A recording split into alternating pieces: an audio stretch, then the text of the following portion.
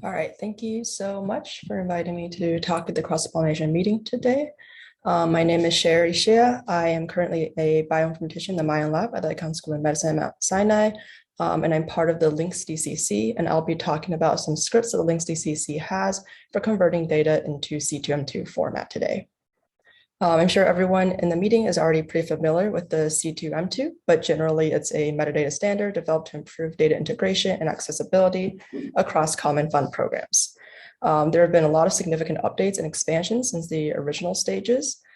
These are largely based on working group discussions and feedback from the broader CFDE community. And some of those changes do include disease support, drug support, phenotype, gene, and clinical metadata support. And if you want to read more about the C2M2 itself, I believe you can find the Making Common Fund Data More Findable paper on bioRxiv, which I've included the link to right there. So the focus of the presentation is going to be about these scripts and actually the actual C2M2 metadata tables that the Links DCC provides on this Links metadata repo, which is part of the NIH CFDE organization on GitHub. And specifically, we'll be going over some of the files in the scripts folder later. So let me see. All right, so first you're going to want to make sure that you do have this term builder script in the C2M2 schema. I believe these screenshots are actually already out of date because of yesterday's announcements, but I've included links for the most recent versions there. And generally for links data, just to give an overview, most of the links data consists of files that contain L1000 gene expression profiles. All these files can actually be found in Amazon S3 buckets. So we already have the persistent IDs for them. The replicate profiles within each file actually correspond to a single perturbational signature. And we consider each of those a biosample. So that is just the gene expression measured at a specific time point for a specific treatment, applied to a given cell line in the specific dosage, if applicable. This also means that our subjects are going to be cell lines. And as you can see, I've highlighted on the right there, our file names actually do reflect the metadata. This is to make the files a bit more user-friendly for people who are downloading them. And it also allows us to map between the file, biosample, and subject pretty easily, which will be really helpful as we'll see later. In general, for the Links DCC, our goal is to work with existing data, metadata, and resources as much as possible. We don't want to reinvent the wheel. Usually the ontology mappings, scripts, APIs, or whatever that we are looking for probably already exist, or if they're not updated, they will be a good starting point for us. We also wanted to become very familiar with the data, and you're going to have to become very familiar with the data in terms of understanding what metadata types are relevant to which data. Not every field and every table needs to be filled in. For example, links actually doesn't have clinical metadata, so a lot of the clinical metadata fields are not going to be relevant for us. Additionally, since the genetic perturbations are not going to have substance metadata, and the substance, like the chemical and small molecule perturbations, are not going to have genetic metadata, we also don't need to fill in those respective fields for each of those files. Finally, manual data wrangling might be necessary in order to get all the necessary metadata before you actually start the C2M2 conversion process. So all the files related to today's demo and presentation can be found in the scripts April cross-pollination demo folder as I illustrate on the screen. And so to start getting into the process of converting the metadata, I just want to reiterate again that it's easiest if you actually compile all the existing metadata first. So this is the manual data wrangling using existing resources and mappings that I talked about earlier. Just as an example, for compiling the Links DCC metadata, I use the Ensemble API quite a bit in order to get those ensemble IDs for the genetic metadata.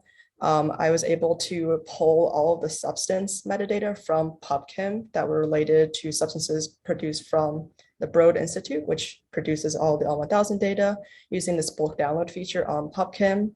And finally, our own in-house links data portal APIs and other links APIs provided a lot of useful information that saved me a lot of time when I was trying to actually compile all of that information. After you have all of your metadata kind of mapped, you will probably want to set up the DCC-wide metadata first. This will be the DCC metadata table, the ID namespace, project, and collection tables. So here are some screenshots from the code demo that is actually in that folder that I previously mentioned, where we're building the ID namespace table, the collection table, and the project and project tables. These were built manually just because we did not have any existing information that we could just directly pull this from, but they're pretty straightforward. I also want to emphasize that one thing is to make sure that empty tables are built. So you can see in the bottom left, we didn't actually have any collections, quote unquote, in this specific demo. So the collection table is empty. However, you still do need that file. Otherwise, the ingestion pipeline will register it as a missing file. For the links DCC metadata in particular, we also work by project. And the assumption is that within a project or a collection, if that's relevant for your data, the files are probably similar. And it'll be easy to join multiple tables together for each of those projects versus trying to build one giant table with several if-else statements, depending on if the file types, assay types are different among those projects. Also, compartmentalizing the data makes it easier if you need to update or rebuild sections of the metadata later, in case something is wrong or a new field is updated that is only relevant to certain parts of the metadata. And this will prevent you from having to dig through all of the different metadata and trying to add new information to only the relevant parts. For links in particular, we have pretty intuitive projects, which consist of the different data sets and data releases, but the projects and collections will probably look different for each DCC.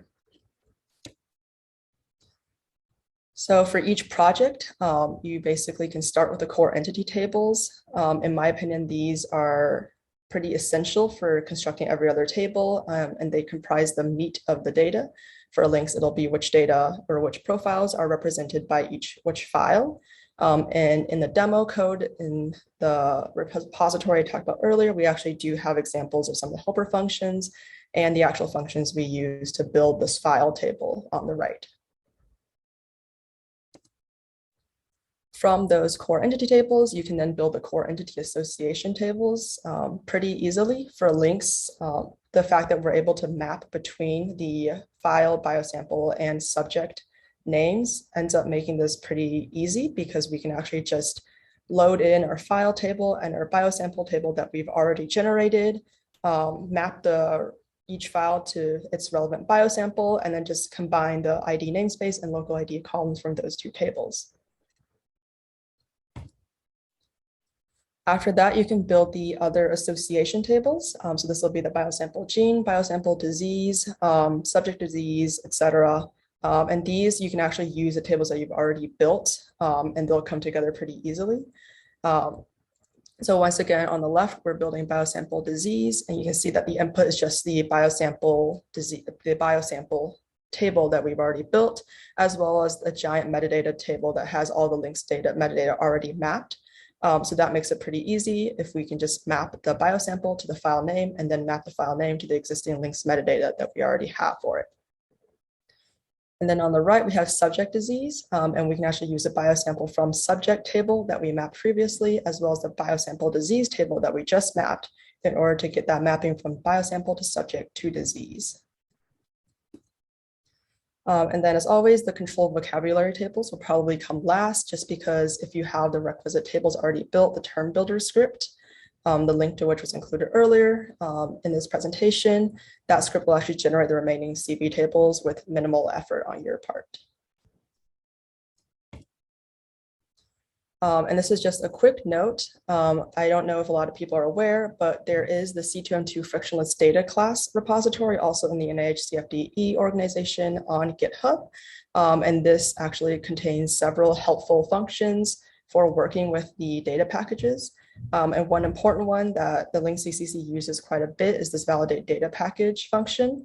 And this actually allows you to self-validate your submission just syntactically before you try to ingest it, so that if there's any simple errors, like you're missing a file or you're missing a column in a file, you can catch that before you try to ingest it, and then the pipeline runs, and then a couple minutes or several minutes later, it tells you that there's a simple error. So just a note that this does exist and is a good resource. Finally, I do just want to share some final considerations. So first, I think it's important to take note of any difficulties as well as any good aspects that you encounter during the process of converting your data to the C2M2 metadata model. In terms of, do files need to be renamed? Are your directories disorganized? Or is the metadata pretty easy to find? Were you able to make those mappings pretty easily? Are the APIs and data repositories you already have up to date? This is a good chance to actually figure out if the way that you're currently structuring your own metadata is working or if it can be improved in several areas. Second, always know the versions of the schema and the term builder script. And by this, I mean the versions that you are currently using to build your actual model, as well as the versions that you should be using. Those links that I introduced at the beginning and which I believe are now in the chat will always have the most updated versions. You also want to make sure that URLs and persistent ID fields generally are properly encoded. This was an issue that the links DCC has run into before. And if you're working in Python, URL lib package actually has some nice functions for this. And finally, it is important that you give feedback, contribute to the community, and participate in those working groups. Just from an anecdotal perspective, participating in the ontology working group meant that the links DCC got a heads up for those major changes in upcoming releases. We also had a say in those changes in terms of what ontologies end up being used, and also what fields are added to the C2M2 model. I've also included these two links to some other resources that might be of interest. So the first one is just a C2M2 documentation. This has a pretty helpful overview of almost anything that you might be curious about related to the C2M2. And then the second one is part of the C2M2 documentation, and it is this FAIR cookbook that was developed recently, I believe. And we actually have this experience from links section in the FAIR cookbook that also goes over some of what I've talked about today. Finally, I just like to thank everyone in the Mayan Lab and in Links DCC for their support. I'd also like to give a huge special thank you to everyone who's in the CFDE as well as the general CFDE community. Without all of your support, the C2M2 and the CFDE portal would not be as successful as it is today. Thank you so much.